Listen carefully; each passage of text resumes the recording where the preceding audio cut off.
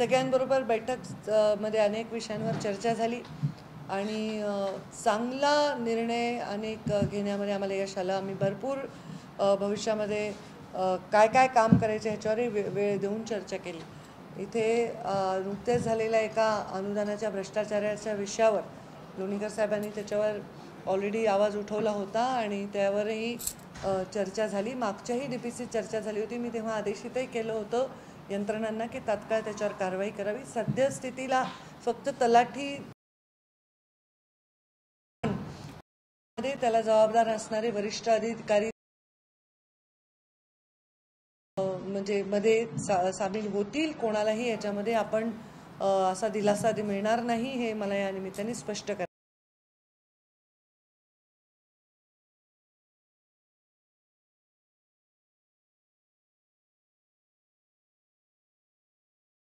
अधिकारी असो त्यांच्यावर कारवाई होईल अशा प्रकारचं सूचनाही मी दिल्यात आणि त्याचे प्रोसिजरसुद्धा कलेक्टर करत आहेत. त्याचबरोबर आज सकाळी SP पण एक विनंती केली होती की त्यांना आम्ही मागच्या DPCतनं 1,82,00,000 वाहनं दिली आणि त्या वाहनांचं सुद्धा आज आम्ही लोकार्पण केलं. तर चांगल्या काही योजना त्या माध्यमातून राबवायचं, काही चांगली पथक राबवायचं असं मी तिथे डिक्लेअर केलं आहे. त्याच्यावरही DPCमध्ये खर्च करण्यात येईल. काही नाविन्यपूर्ण योजना करण्यात येतील. मी पर्यावरण मंत्री असल्यामुळे, पशुसंवर्धन असल्यामुळे त्याच्याशी काही निगडीत योजना आम्ही या भागामध्ये जाहीर करणार आहोत. तसेच इथे खूप लोकांची मागणी होती की सगळ्या शाळांना स्वतःचे स्वच्छतागृह असावे. म्हणजे स्वच्छतागृह करण्यासाठी मी आमदारांना आवाहन केलं की 20% स्वतःचा निधी जर तुम्ही दिला तर माझाही आमदार फंडातला 20% मी स्वच्छतागृहांसाठी देईन आणि DPCतनं देऊन आपण एक तालुक्याच्या शाळांना तरी पहिल्यांदा आपण कव्हर करू, जेणेकरून विद्यार्थ्यांची कुचंबणा आपण टाळू शकू. पोलीस पाटलांच्या भरतीचा विषय सन्माननीय नारायण टेके यांनी मांडला. तर त्याच्या संदर्भात सुद्धा 1 महिन्यामध्ये नोटिफिकेशनच्या संदर्भातली कारवाई करण्याच्या संदर्भातल्या सूचना या मी कलेक्टरांनाही दिलेल्या आहेत. DPCमध्ये तशी मी त्यांना आदेश सगळ्यांना दिले, तर ते नक्कीच ते करतील याचा मला विश्वास आहे. याचबरोबर वाळू माफियाचा प्रश्न इथे प्रचंड दरवेळी चर्चेला येतो आणि त्याबद्दल कारवाई करण्यासंदर्भातल्या सूचना दिल्या आहेत. आत्ता कारवाईमध्ये मी पाहिलं की जवळपास 17 कोटीची रक्कम 17 कोटीच ना, माझ्याकडनं चुकलं नाही ना आकडा मोजायला, 17 कोटीची रक्कम जप्त करण्यात आलेली आहे आणि 5 ब्रास ही वाळू घरकुलाला देण्याचा निर्णय तर शासनाने आता घेतलाच आहे. पण मागच्याच DPCमध्ये आपण ही जप्त केलेली वाळू घरकुलासाठी देण्याच्या संदर्भामधले आदेशसुद्धा प्रशासनाला दिले आहेत. पोलिसांनी आणि महसूलच्या अधिकाऱ्यांनी योग्य पावलं उचलून या वाळू माफियांवर वचक मिळवावा अशा प्रकारचे आदेश दिलेले आहेत. कोणीही चुकीच्या पद्धतीचे कुठलेही पत्र किंवा अपेक्षा करू नये. पूर्ण राज्यभरातून लोक येतात की जालन्यामध्ये हे काम करा, जालन्यामध्ये ते काम करा. तसं होणार नाही. जे जालन्याच्या जिल्ह्याला आवश्यक आहे तेच काम होईल. कुठल्याही प्रकारचं जे टेंडरिंग व्हावं, व्यवस्थित निर्णय व्हावे आणि फेअर काम व्हावं. कोणा अधिकाऱ्याची एकही तक्रार माझ्यापर्यंत प्राप्त झाली ज्याची दखल घेता येईल अशी, ज्याच्यामध्ये कुठेही आपल्याला 1 रुपयाचा जरी अपहार किंवा भ्रष्टाचार आढळला तर त्या व्यक्तीला काहीही त्याची गय केली जाणार नाही असं देखील मी मीटिंगमध्ये आवर्जून सांगितलेलं आहे. अनेक विषयांवर आम्ही चर्चा केली. आता सगळे विषय मांडले तर परत 3 तास लागतील.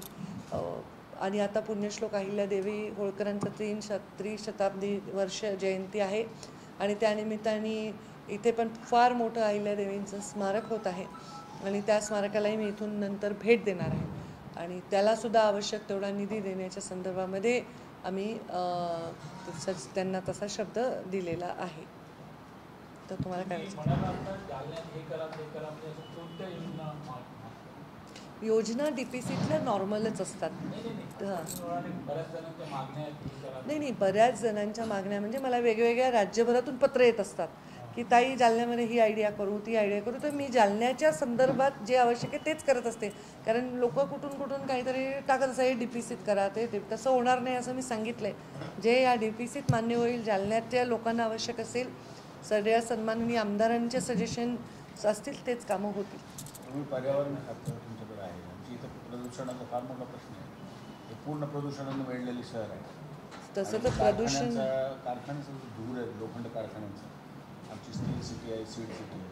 आणि त्या लोखंडाच्या कारखान्याचं जे धूर आणि काळा धूर निघतो तो आजूबाजूच्या खेड्यापाड्यांच्या जनावरांच्या पोटापर्यंत गेलेलं आहे. म्हणजे जुना जालना एरियात सगळं व्यापलेलं आहे. बबनराव सांगतो माझ्याकडे प्रदूषण खातं आहे आणि जालना जिल्ह्यामध्ये मोठं इंडस्ट्रियल हब आहे. नक्कीच इथे लोकांना अनेक तक्रारी असू शकतात.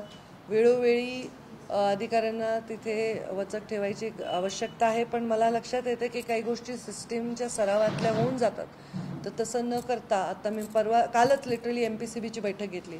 त्याच्यामध्ये जे आमचे आरोप झाले होते त्यांना पण मी स्ट्रिक्ट सूचना दिलेल्या आहेत की कोणतंही अक्षम्य प्रदूषण होत असेल आणि त्याला जर पाठीशी घातलं गेलं तर त्याच्यावर आम्ही वचक ठेवणार आहे. आम्ही क्रॉस चेक करणार की तुम्ही कुठे कुठे व्हिजिटला गेले होते, तुम्ही त्यांना कुठले कुठले सर्टिफिकेट दिले, तुम्ही त्यांना ग्रीन सिग्नल दिला का, हे चांगलं आहे, याच्यावर आम्ही क्रॉस चेक करणार आहोत. तशी या प्रकारची एक AI टेक्नॉलॉजी पण मी डेव्हलप करते, कारण शेवटी चुकीचे काम करणारे सगळ्याच यंत्रणेत लोक असू शकतात. त्याच्यामुळे सामान्य माणसाचं नुकसान नाही झालं पाहिजे, हा आमचा आग्रह. जालन्यातला अतिरेक असा आहे की जालन्यातल्या 4 पत्रकारांवर MIDCच्या लोकांनी प्रदूषण नियंत्रण विभागाच्या अधिकाऱ्यांशी संगनमत करून कुठे गुन्हे दाखल केले. त्या चौघांच्या आता निर्दोष सुटका झाली आणि ते लोक अजूनही फेस करतात. पत्रकार आहेत चांगले, प्रतिकेश पत्रकार. मात्र प्रदूषण नियंत्रण मंडळाच्या लोकांना काही तसं हे नाही. बबनरावजींना माहिती आहे, आमचे नेते, त्यांना सगळ्या गोष्टींची कल्पना आहे. मला नाही कल्पना, मी दिली नाही. मी तपासून त्यांच्या काही मर्यादा असतील. जालन्यामध्ये एक अत्याधुनिक सार्वजनिक बांधकाम विभागाचं विश्रामगृह असताना माननीय अजित पवार येतात, तेही खाजगी विश्रामगृहात थांबतात. तुम्ही आज खाजगी विश्रामगृहात थांबलात, तर मग ते शासकीय विश्रामगृहाचा उपयोग काय? त्याच्यावर अरे मी माझ्या बांधकाम विभाग त्याच्यावर लाखो खर्च करते. माझ्या स्टाफला मी आज रागवले, की म्हटलं आपण तिकडे का जातोय, इथलं विश्रामगृह. काय झालं की मला वाटतं मी आल्या तिथे गेले आणि त्याला कारण होतं की मी रात्री उशीर आले आणि खूप माझा एक प्रॉब्लेम असतो की खूप गर्दी होऊन जाते कुठे.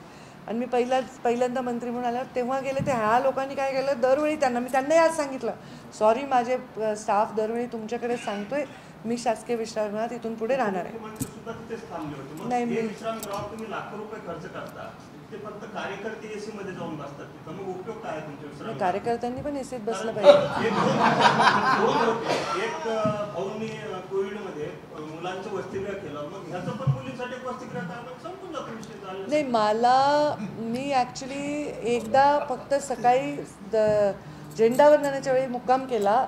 आत्ता मी आज तिथे पाऊल ठेवल्या म्हटलं, अरे तुम्ही नेहमी इकडे का बुक करता, आपण शासकीय विश्रामगृहात राहू.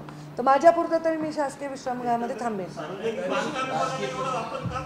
तेवढं तर स्वातंत्र्य राहू द्या मंत्र्यांना, तेवढं तर स्वातंत्र्य राहू द्या. तुम्हाला अडचण होऊ नये म्हणून ते तिकडे थांबल्या. तुम्हाला थांबायला ते लागतं ना. नाही, पण तुमचा प्रश्न जो थेट आहे तोच मी घेईन. आता आतला अंतर्गत प्रश्न मला माहिती नाही. माझ्यापुरतं मी सांगते, मी थांबलेच नाही, मी गेले आणि निघाले. आणि मी म्हणले माझ्या PA की आपण नेहमी इकडे काय, त्यांच्या डोक्यात असं बसलं, ताई पहिल्या दिवशी इथे आल्या आणि नंतर इथेच आहे, फक्त आचारसंहिता वगैरे असेल तर मग आम्हाला थांबता येत नाही म्हणून तिथे थांबू, आणि मी एरवी इथेच थांबू.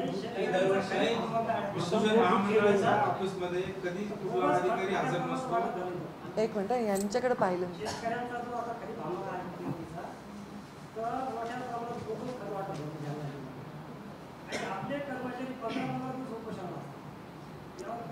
आपण कुठल्या पेपर मधले? अच्छा, मला स्पेसिफिक जर तुम्ही तक्रार दिली कोणी भ्रष्टाचार करते तर मी त्याला गजाआड घालीन, पण बिना कुठलेही म्हणजे पेपरवर कुठे, मग त्याला केलंच असेल ना तो. दाखल झाला. आपले कर्मचारी म्हणजे कोण? हां हां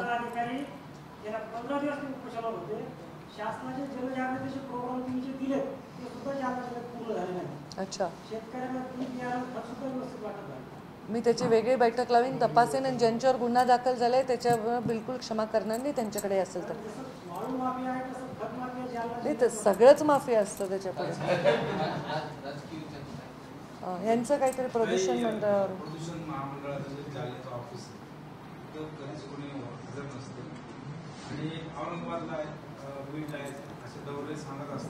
हे पण प्रदूषण महामंडळ.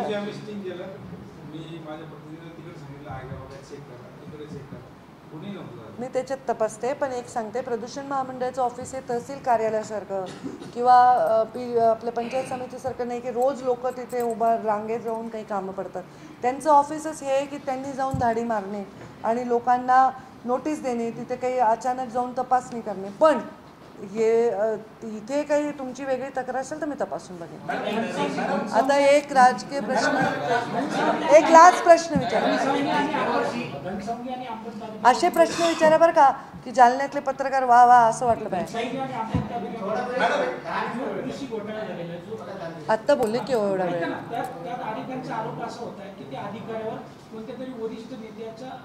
कोण असे बरं तो?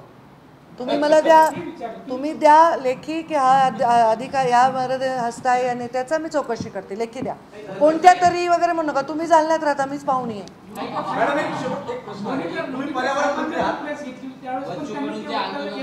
माझं म्हणणे, ज्याला कोणाला तक्रार करायची आहे, मी धीट आहे, तुम्ही धीट बना, तक्रार पुराव्यासकट आणा. मी जर त्या माणसाला पाठीशी घातलं, माझं नाव बदला.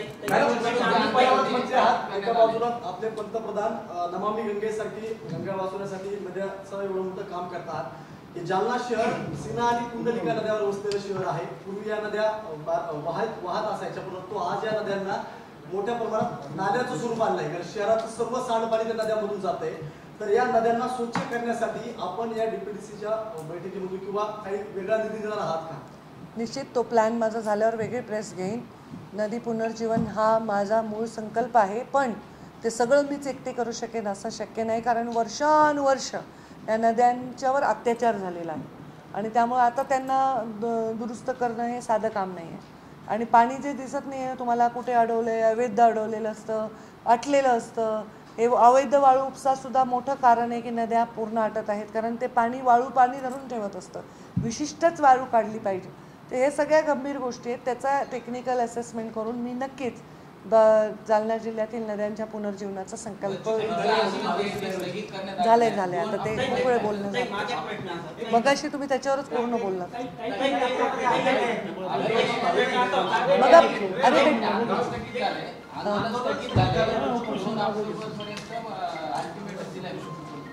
चांगली गोष्ट आहे, मी त्यांचे स्वागत करते सांगितलेलं, कारण मग मी त्यावरच बोलले ना, आता रिपीट होईल. तर चांगली गोष्ट मी म्हणते, स्वागत करते. ज्या अर्थी त्यांनी आंदोलन स्थगित केले, काही गोष्टी त्यांच्या मार्गी लागण्याच्या मार्गावर असू शकतात. देशी गाय संवर्धन आणि संरक्षण करण्याचा निर्णय आज महाराष्ट्र सरकारने घेतलेला आहे. काय यामागची भूमिका आहे? ॲक्च्युली महाराष्ट्र ते वाचलं मी काहीतरी आत्ता. मुळामध्ये पशुसंवर्धन विभाग यांनी इंडिजिनियस ब्रीड म्हणतो आपण त्याला, जे देशी ब्रीड आहेत त्यांचं संवर्धन ऑलरेडी करत आहे. आमचे मोठे मोठे लॅब आहेत. आत्ताच आम्ही एक लॅब पुण्यामध्ये उद्घाटन केलं, सन्माननीय अजितदादा त्याच्यासाठी आले होते. आणि त्याच्यामध्ये आपण गोशाळा ज्या आहेत त्या गोशाळांमधल्या गायी ज्या आहेत त्या गायींचा एम्ब्रिओ आपल्याला वापरता यावा, जेणेकरून आपण त्या एम्ब्रिओमधनं इंडिजिनियस गायींचे वासरं निर्माण करू शकतो आणि इंडिजिनियस गायींची एक पिढी म्हणजे तयार होऊ शकते. तर ऑलरेडी आम्ही ते करतो आहे. म्हणजे हा निर्णय काय मलाही बघायला होतं मी की काय, मला वाटतं ते त्या महामंडळाने काहीतरी डिक्लेअर केलं आहे, पण त्यांच्या अख्ख्यातरीतला तो विषय नाही. महामंडळाने फक्त गायींचं संवर्धन आणि सुरक्षा करायची आहे, बाकी सायंटिफिक निर्णय हा पशुसंवर्धन विभाग करतो. शरद पवारांच्या राष्ट्रवादीमध्ये सत्ता नसल्यामुळे आमदार जे आहेत ते अस्वस्थ असल्याची माहिती आहे. मात्र शरद पवार जे आहेत ते भाजपसोबत म्हणजे युती करायला म्हणजे ठाम नाही, इच्छुक नाही. एक मिनिट. आता एक प्रश्न असा होता की 17% निधी दिव्यांगासाठी खर्च करता येतो. अनेक दिव्यांग असे की त्यांना वाहन नाही किंवा ते तो निधी त्यासाठी की वाहनासाठी वापरला तर चांगलं राहील. आणि 2 आमदार बसले 5% निधी खर्च करतो. आतापर्यंत एकही आमदाराने निधी खर्च केला. दिव्यांगांसाठी जेवढा आरक्षित निधी आहे तेवढाच खर्च होईल या डीपीसीचं, मी सांगते तेवढाच. जो नाही 17% नाही माझ्या मते, तो 17 नाही 2% का 3% आहे. जेवढे दिव्यांगाची संख्या तर तेवढी. अनुदानाच्या संदर्भामध्ये मागे आयुक्तांनी पूर्ण मराठवाडा लेवलवरची चौकशी समिती नेमलेली आहे. अर्थात प्रशासनाला तसा संशय आहे की इतर ठिकाणी सुद्धा अशा प्रकारचं होऊ शकतो. त्या याच्यामध्ये हा तर फौजदारी म्हणजे स्वरूपाचा गुन्हा होऊ शकत नाही का? एवढं मोठा फ्रॉड आहे त्याच्यामध्ये. होणार ना. 5 कोटी रुपयाने ती वाढली रक्कम म्हणजे जवळपास नाही, पण कोणत्याही गुन्ह्याची चौकशी जी समिती असते ती समिती पूर्ण झाल्यावरच फौजदारी गुन्हे होणार. तर होणारच. जर चुकीचं आहे, कोणी ते शासनाचे पैसे नाही, हे पब्लिकचेच पैसे आहेत. शासनाकडे जे पैसा आहे तो प्रत्येक पैसा जनतेचा आहे ना. शेवटी आम्ही टॅक्सेशनमध्ये शासन चालवतो. तर असा अधिकार कुणाला आहे की तुम्ही कसाही व्यवहार करा. तर जेव्हा ते पूर्ण होईल चौकशी, तर फौजदारीच गुन्हे होणार त्याच्यात. लास्ट प्रश्न सिनियर. स्वराज्य संस्थांच्या आगामी निवडणुकांच्या पार्श्वभूमीवर जालना महापालिका आणि इतर नगरपालिका वगैरेच्या निवडणुका जिल्हा परिषद आहेत आणि जालन्यामध्ये तुलनेत भाजपची परिस्थिती जरा कमी जास्त खालीवर आहे. दोन गट आहेत. त्यात आता जिल्हा अध्यक्षपदाची निवडणुकीत बरीच वर खाली झाली. त्या पार्श्वभूमीवर तुम्हाला काय वाटतं भाजप? मला बरंच काही वाटतं, तेवढं काही सांगायचं आता गरज नाही आहे. मी एवढंच सांगेन की स्थानिक स्वराज्य संस्थेच्या निवडणुका जेव्हा डिक्लेअर होतील तेव्हा सर्व पक्ष त्यांचे श्रेष्ठी बसून ठरवतील की त्याच्यामध्ये काय निर्णय घ्यायचा. पण मी राष्ट्रीय नाही मी सांगते, मी राष्ट्रीय पदाधिकारी अजून आहे, राष्ट्रीय सचिव आमची टीम बदल. तर माझ्यासमोर जिल्हाध्यक्ष नाही बोलू शकत.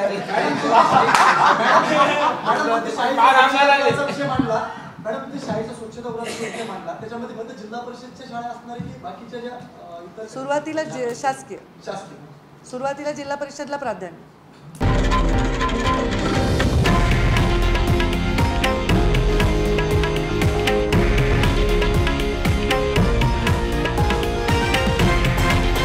हे आहे देशातील नंबर 1 न्यूज नेटवर्क आणि आपण पाहत आहात TV9 मराठी, एकमेव.